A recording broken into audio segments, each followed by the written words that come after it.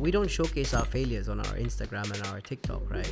At the end of the day, they will consider all this as being a scam and just go back to their shitty life. How do you manage this whole concept of not charging anyone any money? And after 2 weeks, if you're satisfied with the system, you will start to pay for the system, okay? Restaurants were getting hit in the face in Europe. Uber Eats and Deliveroo, who are the biggest delivery actors over there, are cutting you 35% of your margin by taking commissions. Vedant, thank you very much for coming in. Your story really attracted my attention at the pace at which you started and then where you went to in a good short span of time. So wanted to invite you on and get a quick intro done about yourself. If you could give us some brief. Of course, thanks for having me. So yeah, my name is Vedant. I'm 32 years old, just arrived to Dubai, 2 years ago. And I started my journey as being a pizza delivery guy. And, I was working at Domino's Pizza, making pizzas all day long. I also had another part job at that time, working as a salesperson. And, I used to do some deliveries, and we were in a very nice city with, some very rich people, big mansions and stuff. And at some point, I just, I want to deliver some a house like every other week, I would say. Mm-hmm. And they were giving me tips, and I started to have like a chat with one of the guy over there, with one teenager as well. And the guy actually asked me what I want to do in life, and I was like, man, I don't know, right? This was a real question. And I was like, what does your father do in life, right? And I understood that this has nothing to do with heritage. The guy was a businessman. He was a business owner, and he scaled up. Like, he started from the ground, and he was self-made. And I was like, man, it's possible, right? If he can do it, why can't you, right? Exactly. But I didn't know how, because I didn't even know what price point I had to put on this mansion. It was like, to me, it was so far. I was barely getting paid, let's say $7 per hour. Wow. Okay. And it was so far, I didn't have the answer. And the only word that hit my mind, that I catch was marketing. I understood that the guy was into marketing, right? Interesting. Yeah. Interesting. How old were you when you were making pizzas and delivering them while being in school or college or whatever? So I started when I was 21. And that's where basically, what I did back then is that I had to go to uni because my parents wanted to. But to be honest, I wasn't really going to uni. I was just doing the inscription, and at the end of the day, I wasn't passing the exams and stuff because I wasn't enjoying what I was doing. I was into economics and stuff, right. And I was failing, because I wasn't really interested into it. That's where I actually shifted into marketing, right? I was like, okay, marketing, this is the thing. I started to do some research on it, on the internet. Mm-hmm. I was also getting hit by, different ads on YouTube, clicking on everything, trying to understand what the marketing world is like. And that's where I decided, to basically follow a marketing degree, right? So now I had like a clear route about what I want to do. I knew it wasn't like, it had nothing to do with economics or with mathematics. I wanted to go after marketing, and I just started to follow my degree. And for 3 years, I was still, my schedule was like, wake up in the morning, go to the uni, right? From 8 to 12, let's say. Then I had another job actually, because I also had to pay for the uni. From, let's say 1 to 6 p.m. I was working as a salesperson. And from 6:30 actually, to 11 p.m. I was working at Domino's Pizza. So this was my life for 3 years. Okay, that's amazing. And that's at the age of 21. 21, yeah, till basically 25, let's say. Wow, I wish the kids of today could hear this and understand exactly what you're talking about. That's phenomenal. Yeah. It's really impressive to see when people put in that kind of time, but Yeah. no one really sees the time that you've put behind it. Yeah. So that's amazing, man. Well Thank done you, on man. that. Thank you.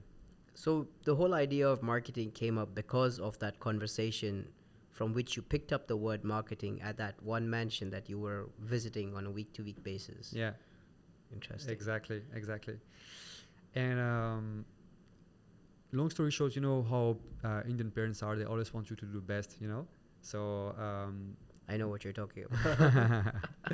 So my mom was like, "Hey, you should, get a job in a bank, because it's a safety, it's good." And basically, when I got my degree, I started to apply for marketing positions in the banking and insurance sector, and I got my first job. And when I was working as a salesperson plus pizza guy, I was tired because I had to, stand up 8 to 12 hours a day, and I was earning like very, very little money. But at the end of the day, I was happy because it helped me to pay back my university fees and stuff like that, right? But my point is, my goal at that point was just to be able to earn my money while sitting behind a desk, not being like not standing up for. So I landed a job in a bank. It's a big bank called BNP in France and in Belgium, a big group. BNP Paribas. Yes, exactly. Yeah, of course. Yeah. And funny story, I applied for a marketing job, and they told me, hey, you know what? You can get a job, but you have to start by working a branch, right? So I joined the branch, and I was at the counter. I was expecting a marketing job, but still I was happy because I was at the counter. I was, now earning my money while sitting at a desk, which is quite good. And it had nothing to do with marketing, to be honest, So I was quite disappointed because I was like, hey, I want to get a marketing job, but at the same point, no, I'm just doing like some admin stuff, And I started as a side hustle to do some freelancing. I was like, okay, you know what? My heart is still in marketing. My mind is still into marketing. Let me do my 9 to 5. And after this, I will just start to do my best to get a marketing client portfolio, right? Interesting. And what I did is I just went back to the city where I actually met some people thanks to Domino's Pizza, doing some deliveries. And I just had a chat with those guys. And I basically sold the idea that I can help with building websites and marketing strategies, even for free, right? And it went pretty fast. So I got a client, basically one client of Domino's Pizza basically had a gardening company. And he was like, hey, you know what? I need to do a website. Will you do it for me? Interesting. And I was like, yeah, okay, let's go. But I didn't know how to do a website. Okay, that's even more interesting. All right, go on. I got to hear this. Yeah, bro. So what happened there is that I went to the guy's mansion and we had a chat about a website. And I was like basically just showing him templates. There are some websites where you can get some website templates. And I was showing him the templates and he was like, yeah, whatever, I want this one. Okay. And I was like, hey, I'm going to do it for free. Don't worry. And so he still paid me, 200 euros, which was a lot to me back then. For you back then, yeah. Yeah. And I was like, fuck, man, I'm so happy. I was driving back home with the money, You were on steroids, yeah? Yeah, why not? bro. I was listening to, American rap, 50 Cent. I was like, yeah, let's go, So you found your route right there. Yeah. That's the way to go. And you didn't know how to build a website, but you managed and you figured it out. Yeah, I just hired someone to do it and paid it and keep the extra profit in my pocket. Someone from India, basically, on a website called Fiverr. And that's it. This is how it started, you know. One client, bring another, and then I had like a website portfolio and I was like, man, the websites are useless. I need to get traffic. I need to get them leads. That's how I actually, did my research on how to run Google ads, Facebook ads, and started with the local client portfolio, let's say. So I had my 9 to 5 plus my local portfolio. And what I did is I understood that, at BNP Paribas, I had to stay for 3 years to get into a marketing position. So I just applied to another bank, which is AXA, right? But this time as for a marketing manager position, and I just showed them what I did with my portfolio and stuff. So I got a position over there. Nice. What year was this in? I'm curious to know. So it was in 2020. Yeah. Oh, so not too long ago. Not long ago, just 3 years ago. 2-3 years ago. Wow. This is before COVID? Or? Before COVID. Oh, okay. And this is where it becomes interesting. Tell me, please. I'm hearing. Because so I managed to, I was managing AXA my campaigns at AXA, doing pretty well, but I was getting bored because, they have like very large budget. They don't really care about the return on investment, the KPIs. They don't, I was generating a shit ton of leads, to be honest, like best results ever, but I wasn't getting the, how you say that, I wasn't getting the personal respect value for what I was bringing, if that makes sense. Okay. And to be honest, I also understood something is that it's, in those big companies, it's all about politics, True. And it's always the son of someone else that will, True. go over, and I True. was so fucking stressed, because I was doing my best. I can understand how it is. And one day something happened, and this basically, like, just before COVID, one thing happened is that I had one of the manager basically pressuring me a lot because he didn't want me to do my side hustle, if that makes sense, right? Okay, understood. And what happened is that, you know how it is in the banking sector, they always restructure things, like they are cutting out all the branches and everything. And basically the guy was a manager, and like he didn't came to the office for 3 days, and 3 days after he was my colleague. He has been downgraded from being a manager to becoming my colleague. You know what I mean? Mm-hmm. And I was like, fuck, how is it possible? You are exchanging your life for a company that doesn't respect you. True. Right? They just like this, Downgraded, right? And I was like, fuck, this is not good. This is not where this is not going to help me to get my mansion. This is also something that opened your eyes, right? Yeah, exactly. And then COVID happened.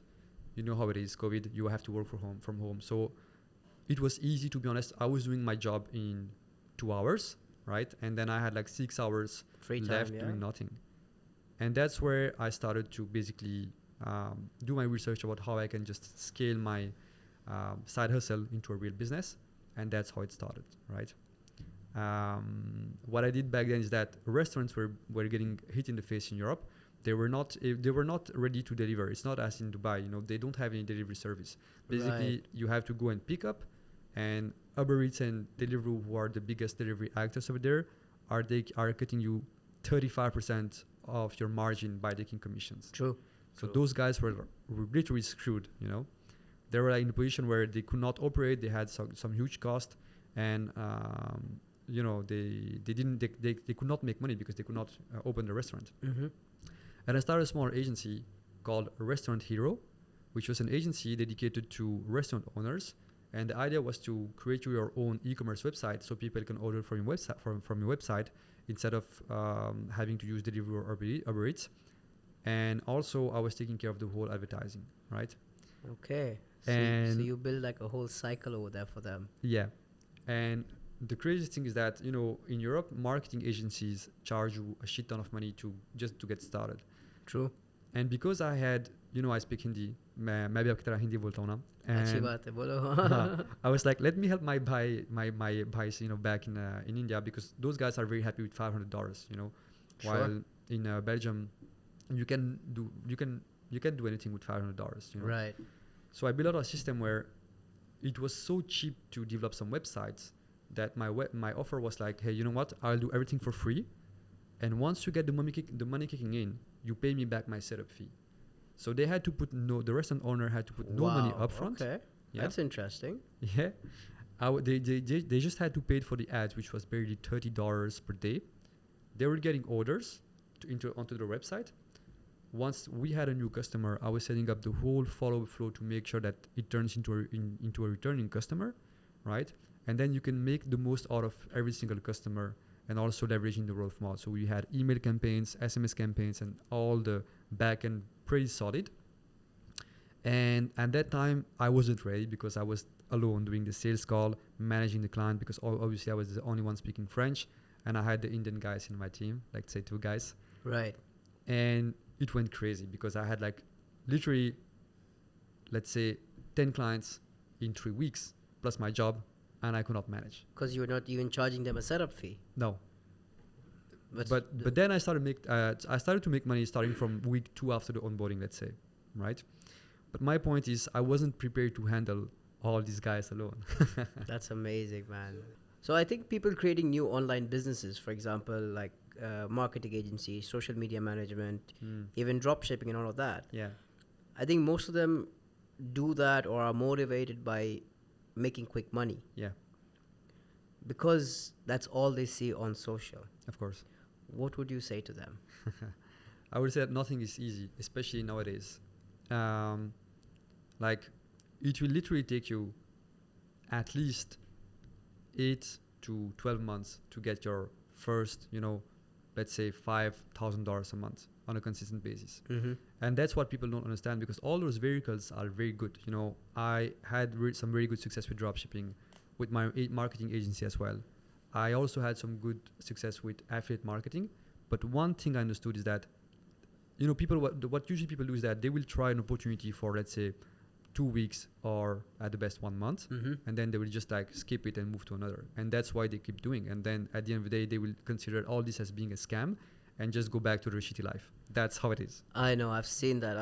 I've worked with so many different marketeers in the past, and everyone's got their similar line of concept, but they'll try to portray it in a different manner. And I have given every agency a good 4 months, 5 months time to perform while being on a payroll or their retainer, as they call it. Yeah.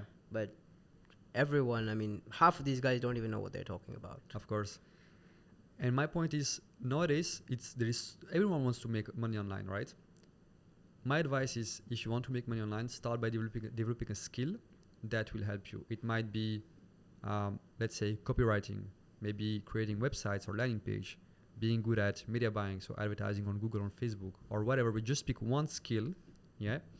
Instead of focusing on, let's say, the vehicle, focus on one skill and start serving like other businesses. That's what I would recommend to do, even for free, so you can get some experience. Then get some retainers, because now you can get them results, and then with the money you can basically start investing in other things or other vehicles. But like most of the people out there, they're just like, they just want to get the fruits, they just want to get the money back without having to put the effort, and that's not how it works. I know, they want to have the fruit before mowing the seeds, right? Yeah, I know what you're saying. I've seen that a lot. Yeah. What is the strength of your team today? How many people do you have? Where do they work out from, and so on? So we are 16 right now. Basically, let's say 80% of the team is based in France, in Canada, in Belgium, Switzerland, and Mauritius. 20% of the team is based in India, right? Interesting. Yeah. So everyone works remotely? Everyone works remotely. We meet up, let's say, 2 times a year. We just met up in France. Now we're going to do a meetup here in Dubai.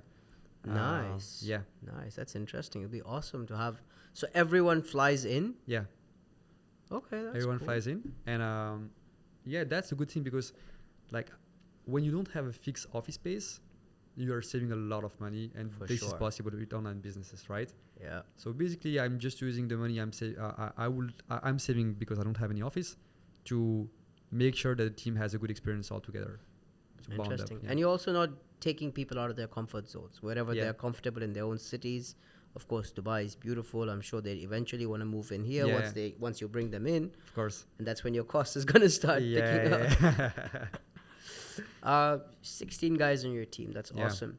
I also understand you're planning to set up base over here. Exactly. Tell me a little bit about it. Yeah, that's the challenge. So, I've always been like inspired by how hard people are working here in India, Pakistan, Bangladesh, in the UAE, right? While in Europe, to be honest, it's really hard to find talent that are willing to thrive, because there are so many strikes. The mindset is not the same. I think you have like a union, right? For the people over there, like the workers. Yeah.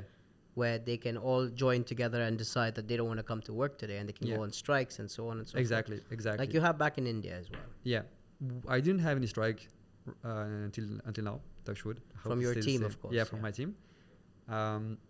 But at the end of the day, in Europe also costs are rising, so people are always complaining about their money and stuff like that, even if they're getting well paid. You know what I mean?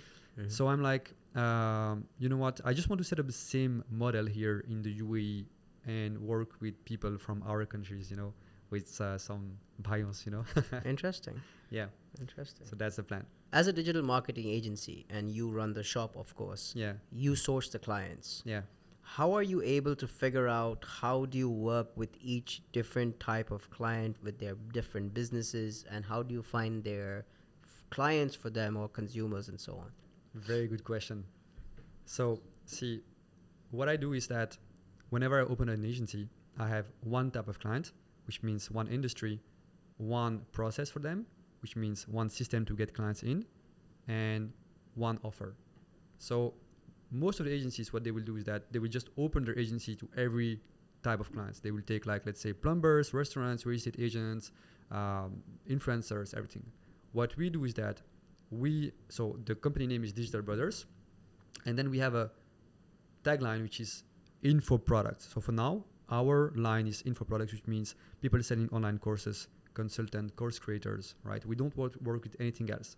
We don't work with real estate agents or plumbers, not for now. Why? Because the idea, if you really want to scale, is that you need to understand how you can get, like, how you can basically streamline your process so well that it doesn't like create any friction neither for your team or for your client.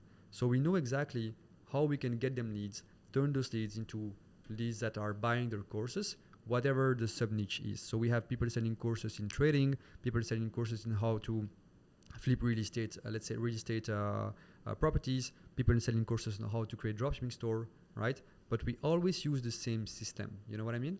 Let's say tomorrow I want to work with real estate agents. Okay, what I will do is that I will first serve one real estate agent for free, so I can fully understand how I can get him not only leads but leads who are buying, and how I can track leads that convert. That converts, yeah. And I will track the whole system, which means that I want to understand why the guy bought and how I can multiply this effect, if that makes sense. So once I have cracked the code and the system, I will just make a process step by step to get the same results for other clients in the same niche, which means that I will say no to everyone else, because my process is so good that it won't make sense to just, you know, start working again with and create another process for another niche, if that makes sense, right? So you streamline, you specialize. Yeah. Once you know how to go down that road, that is when you start entertaining the others. Exactly. And that's how you can literally scale, because the problem in a marketing agency is that it can literally become a shit show. You know, most of them are. If you only do customized work, like, you're wasting your time and your client time as well. I know. I understand. Over here, the concept is more about just get the business, and we'll talk later. Yeah. Yeah, exactly. It's like literally taking a product from a shelf, serving to the customer, right? And that's how we can guarantee results, because that's what we do, because we know the system is good. So if you follow the requirements, you will get results, and if you don't get results, you don't pay, right? How do you manage this whole concept of not charging anyone any money initially, because you're trying to perfect that system that you're putting into place for a new industry, and making sure that once the job is done, your fees are paid out, because of course you have costs to cover, right? You have a team members that you need to take care of. You have other costs that are already involved with the job that you're doing. Plus you have your fees as well. Yeah, of course. So how do you make sure that this person doesn't just take advantage of you and then it's ghosted completely? Yeah, makes sense. So see, first of all, you have to understand that, let's say if you're a freelancer and you're trying to replicate what I do, you don't have any cost, because at the end of the day, you only have yourself to pay, right? So how I see things is that you don't have any client yet, so why not offer your time for free, so you can maybe turn this guy into a client, right? And what I do when I pitch the client is I basically show him the system, right? Show him how it works. Okay, now I have results in other industries, so I can show the track record on other industries. But even if I didn't have this, you know, I would just show him the system and basically just phrase it this way. See, I'm going to set up everything. Okay, the setup is worth $10,000, but here's what you're going to do. I'm going to set it up for you. I'm going to manage all the ads for you. You only have to cover the ad spend, okay? After 2 weeks, so during 2 weeks, I'm going to follow up with your team, your sales team, every single day to make sure that we take the most out of it, okay? And after 2 weeks, if you're satisfied with the system, you will start to pay for the system, okay? You will start paying every single month. You will pay during 4 months, and it will be $2,500, okay? Because I will have to just, you know, perfect the system, and it's going to cost you money. At the end of the 4 months, we're going to do a calculation, okay? So I know that, let's say, talking about real estate, you know, I know that you guys are getting commission. What I will do is that I will guarantee that the guy needs to be at least break even in terms of commission. So let's say my system is 10K, right? Let's say in ads you're spending over 4 months, $4,000. This is a total of $14,000. What I will tell you is that, hey, at the end of the 4 months, we're going to sit together.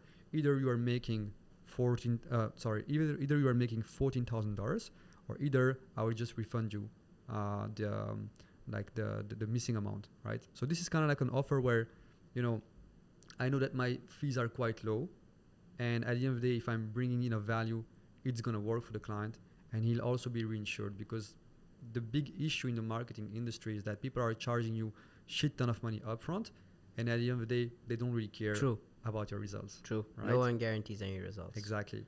Also, one thing I have to tell you is that whenever I have a team members, my team members are getting a flat pay plus commissions. Right. Commissions based.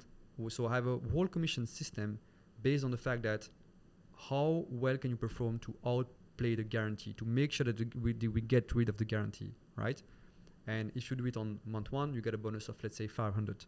Month 2, 300, right? It decreases. So my team members who are in India, they are very hungry, about about making sure that the guarantee doesn't affect us, basically. Yeah. Interesting. Did you have any questions for me? Yeah, I had one question. Shoot. I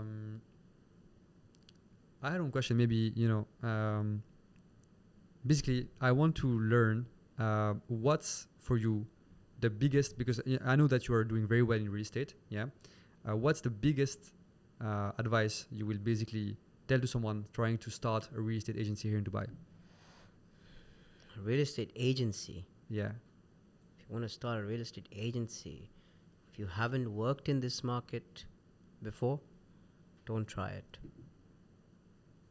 That's the only thing I could say. I get a lot of messages every single day. Yeah. People want my time. They want to buy my time. Come give us ideas of how we can open our agency, how we can function, how we can do things, how can we work, how do we recruit, market, so on.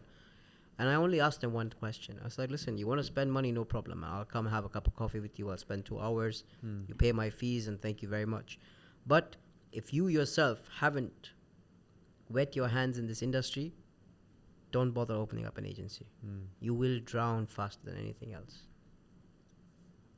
It's not as easy as it seems to look. Because I was talking with the other gentleman as well the other day. We don't showcase our failures on our Instagram and our TikTok, right? Of course. We're only showcasing how many deals we close and how many mansions we've shown and how many transactions we've made. Yeah. So try your hand at it first. If that is something of interest, learn it, understand it A to Z, go through the process of maybe a year or 2 at least, see how you yourself are performing. Because if you yourself cannot perform, you're not going to have your team perform. I mean, recruitment is not easy. I have desk for 7 people. I barely have 1 on board.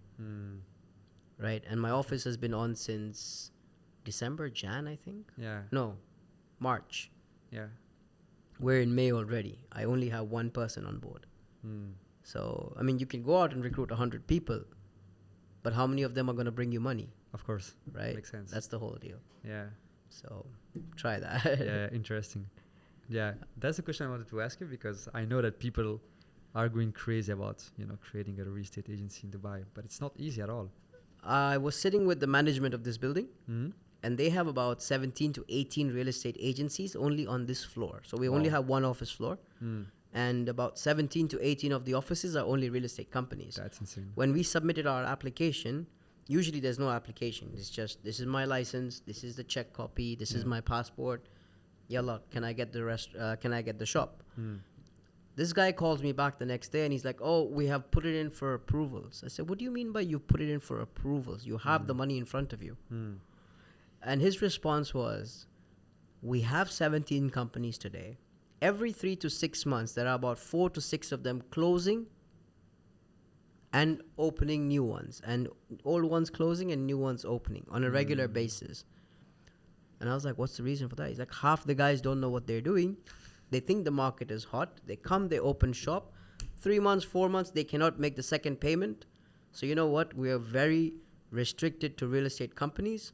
You have a social media presence. That's great. Your license is very new, but it has to go in as an application.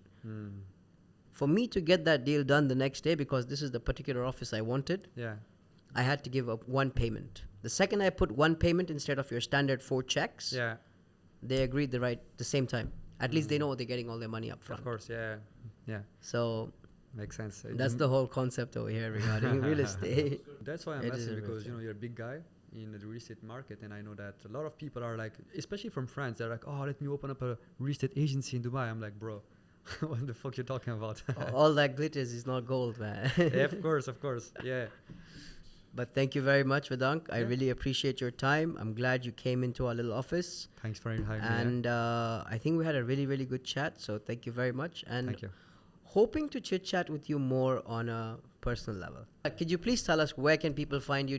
Does your agency have social media handles? Yeah. If they want to connect with you, to get in touch for business or whatever it is. Yeah, so you can find me on Instagram, Vedank Mohan. Yeah. Vedank Mohan. Vedank Mohan, yeah. Okay. All together. And I'm also starting a YouTube channel in English and Hindi. I'm going to mix Superb. it. Vedank Mohan as well. Awesome. And for the agency, you can just Google Digital Brothers. It's in France, so I'm not sure you're going to find it in the UAE. But yeah, we're going to branch out soon here in Dubai. So I am looking forward to that. So on Instagram, is it Digital Brothers as well?